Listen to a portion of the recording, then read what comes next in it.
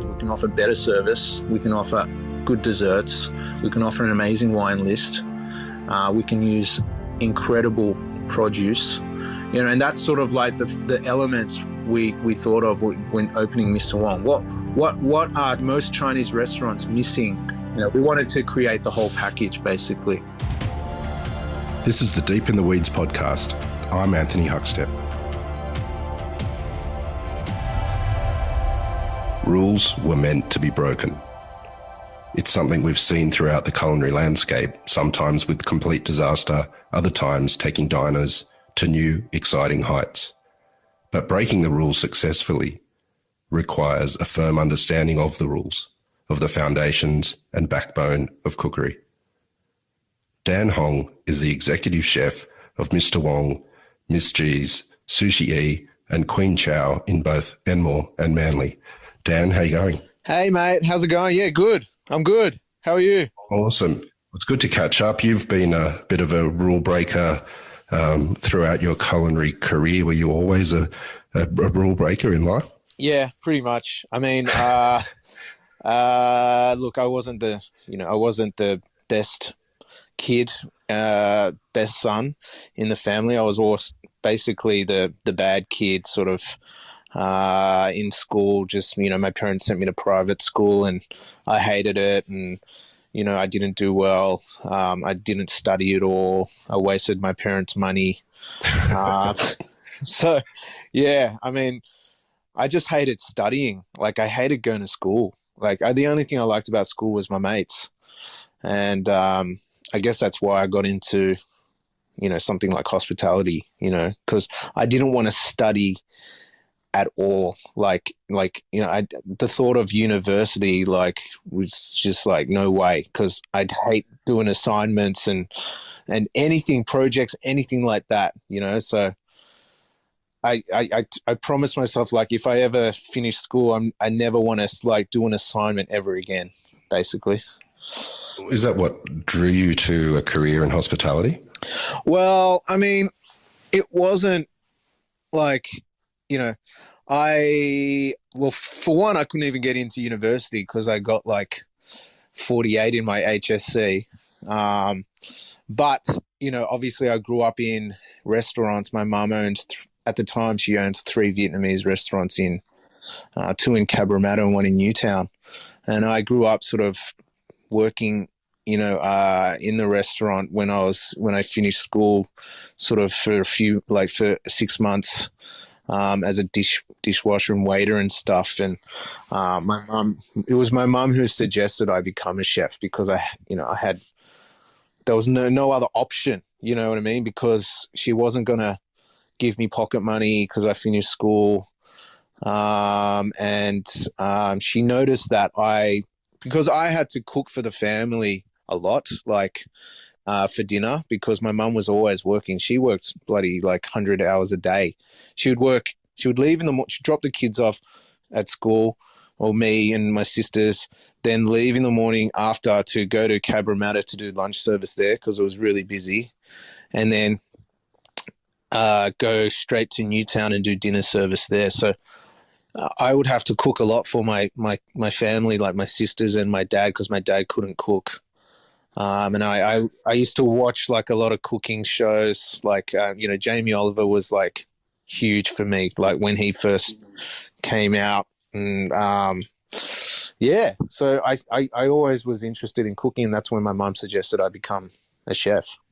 What was your cooking like back then? Were you breaking the rules then?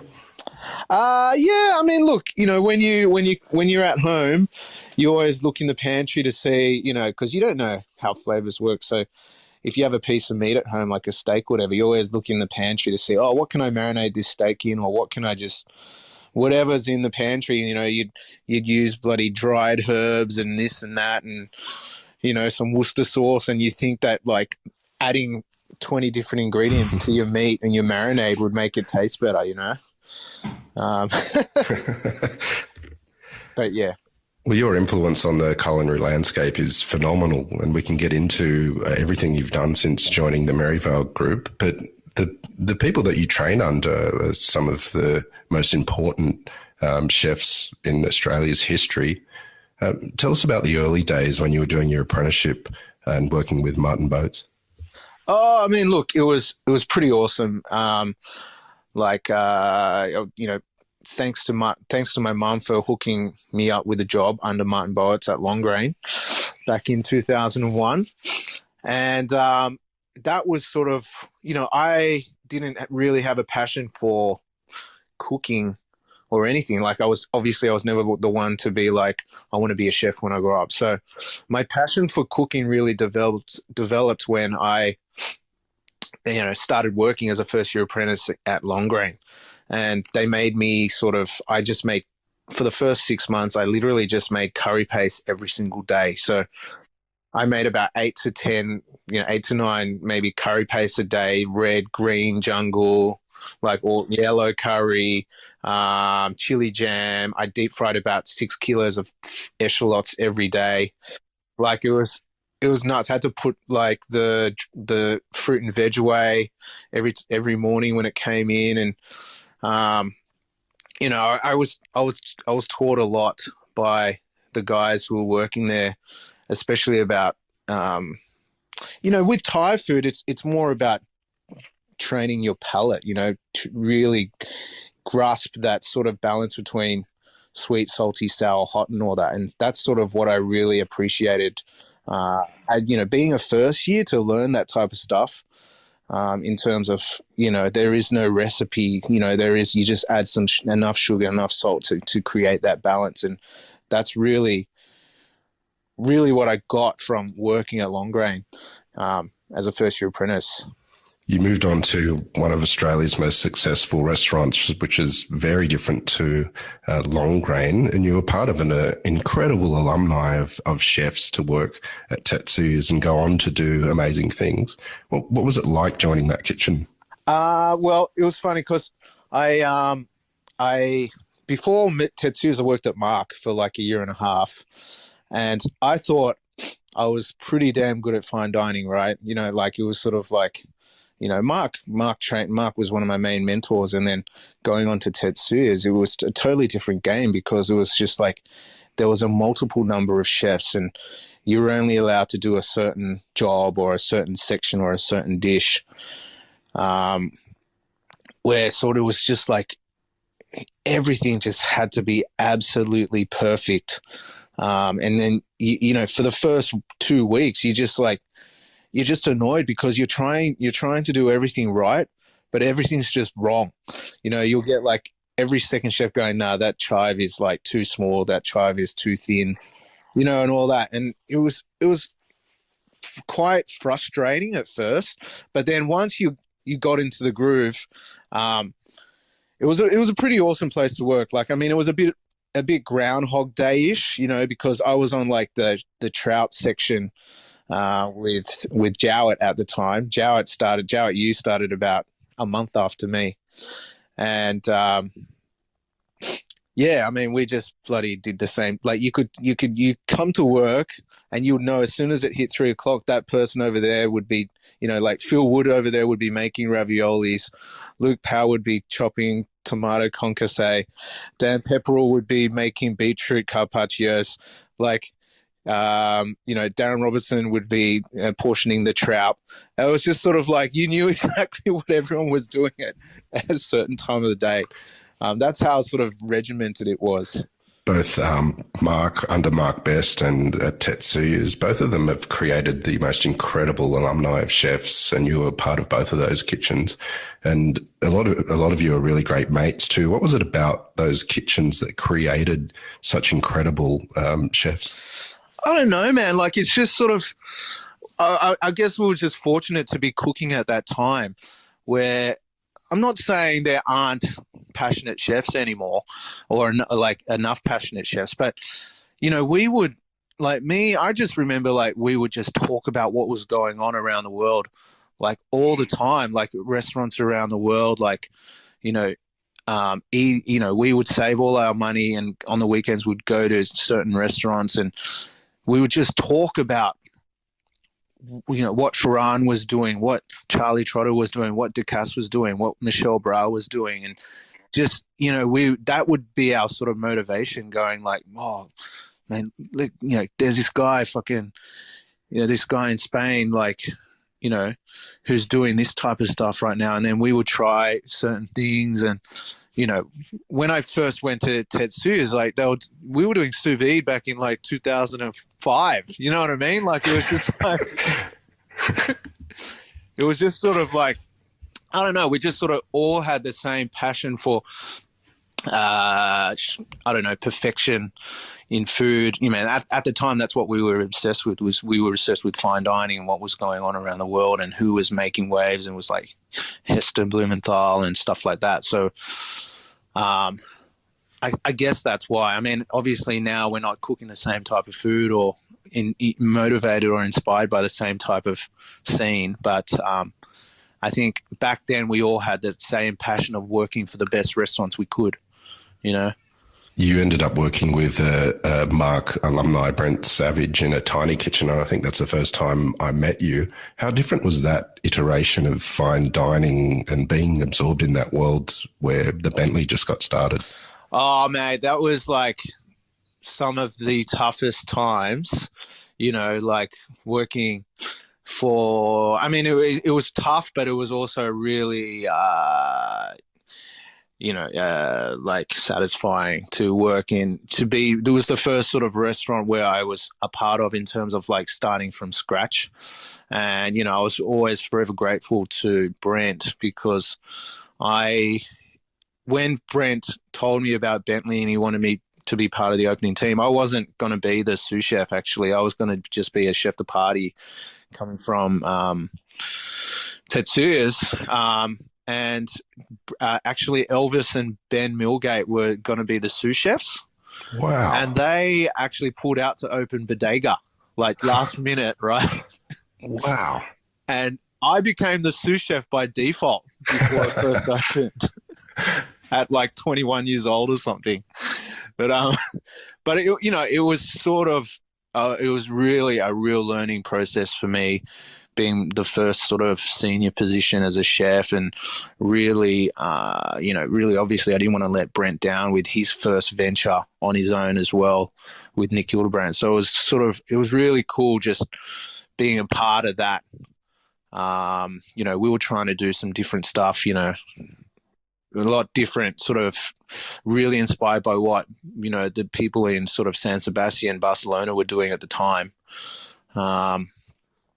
And it was really cool, really cool to sort of, do that type of food, and, you always doing different techniques and, learning different techniques that no one else was doing in Australia. But yeah. Well, at the time, the term molecular gastronomy was being thrown around everywhere. And I guess Brent was kind of in that boat in a way. Is there any dishes that you remember from that time? Yeah, I mean, there's a few tapas dishes, like, we had to, like, I don't know, man, we had to like thinly slice potatoes and wrap little chorizos in them and skewer them, and like all this different modern type of tapas, and popcorn chicken, and like we used to do obviously spherification, making pearls and stuff like that. I just remember, all I remember was just being in the shit every day. Basically, we could never just, we were always chasing our own tails, because there was just so much prep, and then we'd wait for suppliers to come in, and we think we'd be ready, and then 2 boxes of baby artichokes would come in, and we'd have to prep them before dinner time, and it was tough. It was tough, but extremely gratifying. Like it was really, really cool. And Brent, Brent doesn't get enough credit where credit's due. He's one of the greatest chefs in Australia. You know what I mean? And for him, Brent is one of the most consistent chefs in the scene. But he just doesn't. He's such a humble guy. What was a really key pivotal moment for you? I know you spent a bit of time at WD50 in New York before joining and becoming head chef of Lotus. Tell us about that period of time and how things changed for you. Well, things changed because I went to WD50 to stage with the intent of like being sponsored so I could live in New York. And obviously when when I got there, I found out they don't sponsor anyone, and all the Aussies that work there were just working there illegally, basically. That's actually where I met Glenn Goodwin. He was the manager of WD-50 at the time.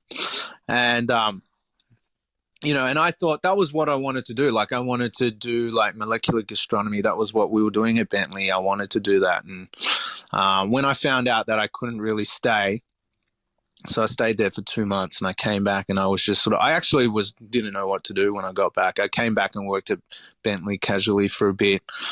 But I knew I didn't want to stay at Bentley or anything like that. And then I just literally on the second day I was back in Sydney from New York, I got a call from Frank Roberts to, see if we wanted to catch up, because Frank used to always come to Bentley and sit at the bar and stuff. I knew him from back in the day. And he was like, where do you want to eat? Let's go for lunch. Like, choose a Merivale venue. And at the time, I was like, I want to go to Est, because back then that was like the best. Like, it was like Peter Doyle 3 hat. I've never been. And that's when he was sort of like, look, we've got Lotus happening. If you want to do a tasting or whatever, see if you want to go. We want to, see if you want to put your hand up for the head chef role. And I thought I might as well. What was it like joining the Merivale group? It was a big group at the time, but it's obviously much bigger now, and part of that is your influence too. Tell us the early days of Lotus, of what it was like being a head chef for the first time, trying to create your own food. Well, look, when I first, if you look at it now, Merivale probably has about 3,000 employees on the books, and when I joined, I think they had about 700. So it's grown exponentially, the business. But yeah, I mean, look, when I first started, I obviously didn't know what my style was. I didn't really have any identity as a chef. So I just, I knew it was a bistro, obviously, but the Potts Point crowd, they're very it's hard to win them over, to be quite honest, like, especially around that area, Chalice Avenue and all that, Macleay Street, they know what they want. So it actually took me a while to sort of win the locals over, because I thought, okay, this is what I'm going to do. I'm going to do bistro food, but I'm going to use some of the techniques that I've learned at Bentley and so on. So I thought I'd use a few modern techniques and maybe combine a few Asian flavors here and there. And not much. I mean, some of the dishes were good, some dishes weren't. It was sort of really quite a little bit confusing for a bistro. Especially coming after Lauren Murdoch, who was, really simple sort of rustic Mediterranean flavors, Yeah, but it was cool. I mean, we were a great team. Chow at you was my sous chef. Dan Pepperell was like chef de party, and we would do like 100 covers, just the three of us, like on a Saturday night. It was pretty cool. We had a good team. What was it about that foundation that you built that led to this incredible influence that you have with the multiple venues? Look, I don't know. I mean, look, I always go back to, I got to thank Justin in terms of when his idea was to, take over the spot where Miss Jeezy's and do just sort of food that I love to eat and that I just think is delicious. That's sort of when I really found my stride, like really found an identity about sort of like this is what I am, this is what I want to cook and so on. So I feel like ever since we opened Miss G's, it was more about, look, I just want to cook really delicious food with no rules. And look, if you want to come and work for me and really, know how to create, a base of flavors and layers of complexity in a dish without making it too fussy and making it fun, then join me, let's do it. So that's the one thing I'm proud about, sort of showing the chefs that sort of worked under me through the years, is sort of understanding where flavor comes from and how I understand flavor and how I can really get the most out of taste the flavor of each dish, you know. Well, Miss G's was the restaurant where you really did sort of prove how to break the rules successfully. Is there any dishes that really stand out for you from the early days? Yeah, I mean, there's obviously two dishes that are still on the menu now that I think that I think are timeless, and it's the Vietnamese steak tartare with prawn crackers. That was sort of, not many people were doing Asian style beef tartares back then in 2010. So, that always, I can never get sick of that dish. And then obviously the prawn toast with yuzu aioli, and we use like a sourdough instead of just a normal crappy bread, which really adds that extra crunch and making sure that the prawn part of the prawn toast is like double the thickness of the bread. So it's sort of like, that's what people were just like, oh my God, like this is prawn toast. So it's like, yeah, man, this is like. So it was sort of like those type of things where I don't know, like the best dishes I think are dishes that people can relate to, obviously can identify with, but obviously your take on it that makes it, you can sort of make it a little bit better and make it your own, What sort of role and how important has that foundation of those fine dining restaurants had on your ability to take things to a different level and be so creative? Look, it's pretty huge. I mean, as head chefs or as an exec chef or whatever, even if you don't run a fancy restaurant or a fine dining restaurant, you want a chef. If you're looking for chefs to work for your brigades or whatever, if they have that 1 or 2 years of fine dining training, it's just such an advantage. Like, I don't know what it is. It's just sort of like the way you were trained in terms of discipline, the way you think about food, the way your behavior within the kitchen, how clean you work. That sort of training is almost vital. Even if you don't want to be a fine dining chef later on, that if you did that one piece of advice to any chef, I would say is do those 2 years of fine dining before you like become a head chef, because that training is just like, it's so vital for you to become such a great chef. In terms of the technique and just the way you think about food. Because after you get that training, because the fine dining training, there's no questions. Like, it's like, why can't you do this? Well, this is how we do things, Okay, so you don't question it. But then once you've done that training, and then once you go out into your own, then you can question everything, because you know how it's done, right? How it's been done for the past 20, 30 years. And now you can question it and actually change the technique or change certain flavors, because you have that base of understanding the technique, whether it be a technique of a dish, the skills of how to make that dish, or the flavors of that dish. If you know what I mean. Do you know what I mean? Do you understand what I'm trying to say? Like, yeah, absolutely. Well, Cantonese cuisine is one of the real heartbeats of Australian food. Tell us about the period of time with the decision to create Mr. Wong. There's amazing institutions like Golden Century or Flower Drum. Was it a challenge at the time, and were you nervous about delivering such a big offering like that?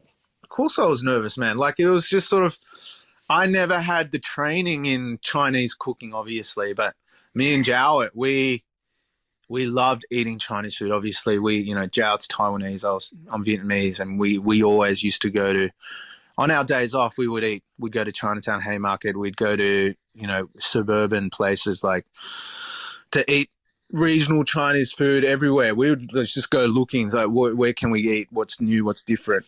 So we especially because we've been cooking for that long by then, 10 years, we have a basic understanding on how to cook Chinese food and how Chinese Cantonese flavors work. But fuck yeah, it was daunting big time, because you know, when Justin, you know, you got to give credit to Justin when he was like, look, I want to knock down Tank and I want you to run a Chinese restaurant there. And I was just thought about how large Tank was. And I was like, oh my God, that's like fucking like 300 people or whatever. And, you know, that even scared the shit out of me, doing 300 covers a day. And now we're doing, you know, obviously we've been doing 1,000 covers a day stuff. It's normal. It's like a well-oiled machine now. But back then it was, I mean, it took a while to learn how to get to the point now. It took, you know, a lot. But look, it's one of the most, it's crazy. It's crazy to think, you know, that Mr. Wong now is such a well-oiled machine. It's almost like a Sydney icon now. It's almost 10 years old. But the inspiration was Golden Century, you know, because the inspiration was, okay, how can we, I'm not saying Golden Century is bad, but because Golden Century is like my favorite restaurant, but it's what does Golden Century not have that we can do, you know? I mean, because we can't match the food, like in terms of the food's amazing at Golden Century, but what can we offer a good Chinese restaurant? We can offer better service. We can offer good desserts. We can offer an amazing wine list. We can use incredible produce, you know, and that's sort of like the elements we thought of when opening Mr. Wong. What are most Chinese restaurants missing? What elements of Chinese restaurants that are missing? You know, we wanted to create the whole package, basically. Well, one of the features when walking into Mr. Wong is all the ducks hanging, and I've been there and missed out because they'd sold out. I know how popular it is. What sort of volume of ducks do you go through in a week, and what does it take to prepare the duck? We go through about 80 ducks a day. Wow. And it's sort of almost like a 3-day process. So the ducks come in the morning, obviously, and they're already pumped. So you have to separate, obviously, the skin from the meat in order to get the crispy skin. Usually traditionally you'd put your mouth against the neck of the duck and you would blow so hard that the skin would separate from the skin, but they use an electric now. And so basically we make a brine, right? So we make a brine and we brine them overnight. That's the first day. The second day, we take them out of the brine and then we blanch them. That's just, you know, to tighten up the skin so it gets more crispy and roasts more evenly. So you blanch them in boiling water. Then you dip them in the maltose solution, and that's what makes it really glazed and lacquered when you roast. And that's the second day, and you hang them up. And then the third day, you roast them. You've managed to straddle an incredible career with multiple venues at Maryvale, but also you've hosted television shows and been judges on television shows. What's that world like for you? Yeah, I mean, it's not bad. I mean, I don't, you know, I like it. I like sort of doing different aspects of, you know, just being a chef and going to work and sort of doing service. I like to explore different, I guess, avenues. But to be honest, like that's not what I want to do. Like it's not what I want to do all the time. Like I just like to sort of film a few things. You know, if I have, you know, I've actually got a TV show coming out soon with SBS. But that would only take about 2 weeks of my time away, filming the whole season and then coming back to work, you know. So I like doing those things, and I think it's fun, and it, you know, it gets publicity out there, and it gets more people to come to my restaurants, which is great. But you know, you know, if people enjoy it and it makes them happy, then I'm happy. Do you know what I mean? That's why I do it. Yeah, that's why I did the Instagram thing during lockdown. You know, I just wanted to show people how easy the food I make is. Yeah. You've covered so many more cuisines, you know, with Papi Chulo and also El Loco. Queen Chow, so many different cuisines. Well, what's some advice that you would give in delivering such different cuisines, and what's important to make them successful? Well, what's really important is you really have to have that really basic understanding of the flavors of each cuisine.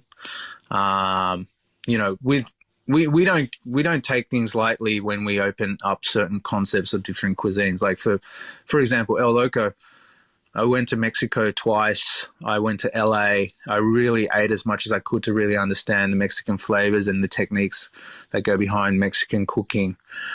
Same with, Papi Chulo. Me and Pat Friesen, before we opened, went to America, went to Nashville, Memphis, Texas, so on, to try different barbecue as well. So it's sort of like not everyone can just do it, I just feel like you need to have a basic understanding of the flavors and the techniques before you want to do something like that. Because I wouldn't be comfortable doing something, like I wouldn't do it if I wasn't comfortable doing it, You've been a part of the direction of the culinary landscape in Australia for the last decade or more. How do you see Australian cuisine and where it's going? I think it's great where it's going now. We're not saying there's no room for fine dining, but it's sort of, I think what makes Australia great is those, I think people are starting to just eat what they want to eat, if you know what I mean. It's sort of, before it was sort of dictated by the trends, and sort of, this is, we go to a restaurant and the chef just cooks us, what he thinks is good. But I think now it's become a bit more relaxed and casual, where I think we don't mind paying like $200 for a steak, but I don't want to be forced to have 6 courses. You know what I mean? Like, it's sort of like, I think that's where it's heading in terms of eating, paying for amazing service. We can pay for amazing produce, but we don't want to commit to like a sort of that bracket of just, eating 5-6 courses or so on. And I think that's what's so good about Australia, and that's what's different to a lot of other countries, is that, I don't know, it's that freedom of, eating what we want to eat. I know you're still quite young, but you've achieved so much, and there'll be much more ahead. But what's been your proudest moment so far in your career? I don't know, man. I can't really put it to one sort of moment, but I guess a proud moments for me as where I am now is the people that have worked, under me, and have left and have achieved great things on their own. That is what sort of I would love my legacy to be. That's what makes me feel great. Well, that's already happening. And Dan, we've loved having you on Deep in the Weeds today to share your story. And I know there's much more we can talk about, but we look forward to seeing this new show on SBS soon, and what you're going to bring to the dining table in the future as well. Thanks a lot. Please keep in touch, and we'll catch up again soon, mate. Appreciate it. Thanks for having me. This is the Deep in the Weeds podcast. I'm Anthony Huckstep. Stay tuned as we share the stories of Australia's hospo community, suppliers and producers in search of hope during this pandemic. Special thanks to executive producer Rob Locke for making this all happen. Follow us on Instagram at Deep in the Weeds Podcast, or email us at podcast@deepintheweeds.com.au. Stay safe and be well.